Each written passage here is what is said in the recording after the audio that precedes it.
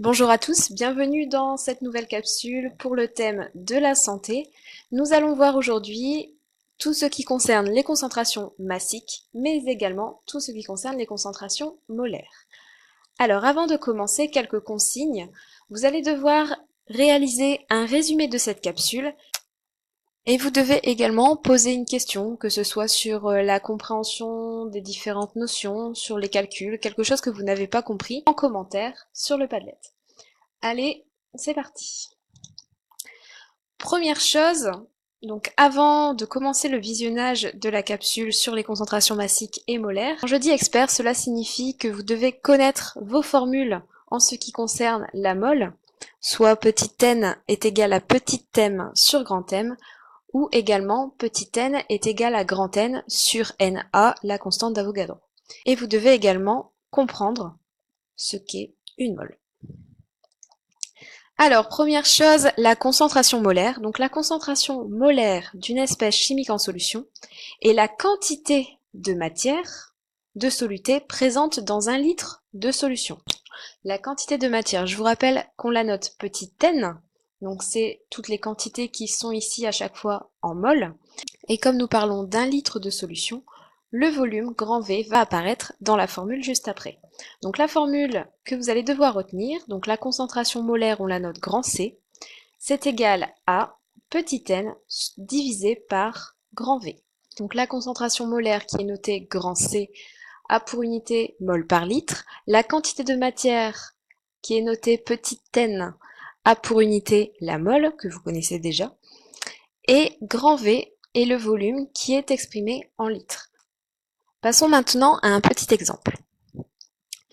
La question que l'on peut éventuellement vous poser, quelle est la quantité petit n de soluté dans un volume V égale 0,50 litres d'une solution aqueuse d'éthanol de concentration molaire C est égal à 5,0 fois 10 puissance moins 2 mol par litre.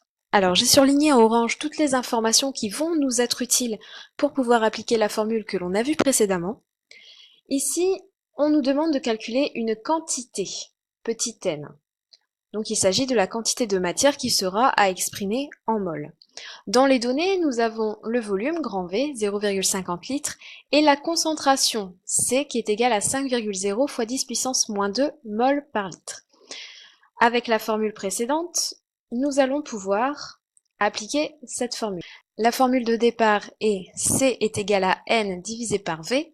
Nous allons la transformer pour avoir N égale C fois V.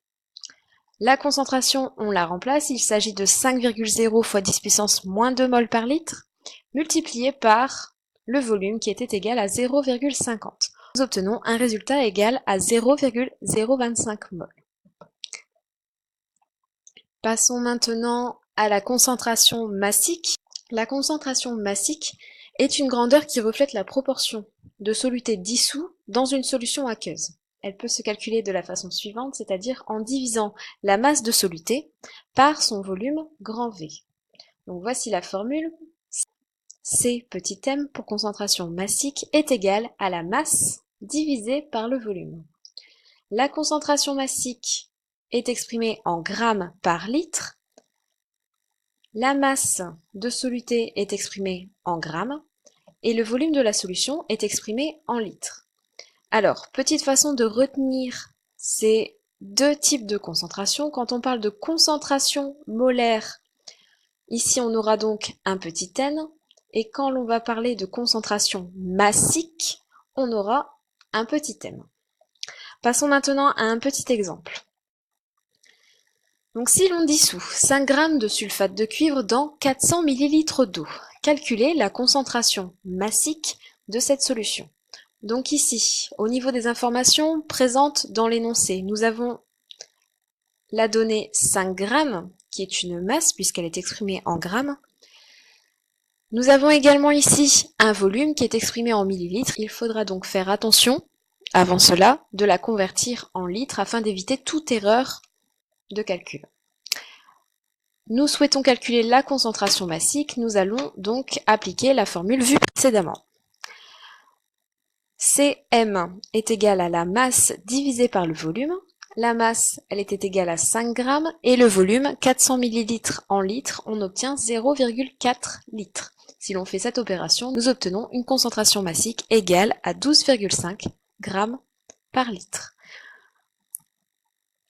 Je vous remercie de votre attention. N'oubliez pas de réaliser votre petit résumé et également de poser votre question sur le Padlet. Bonne journée!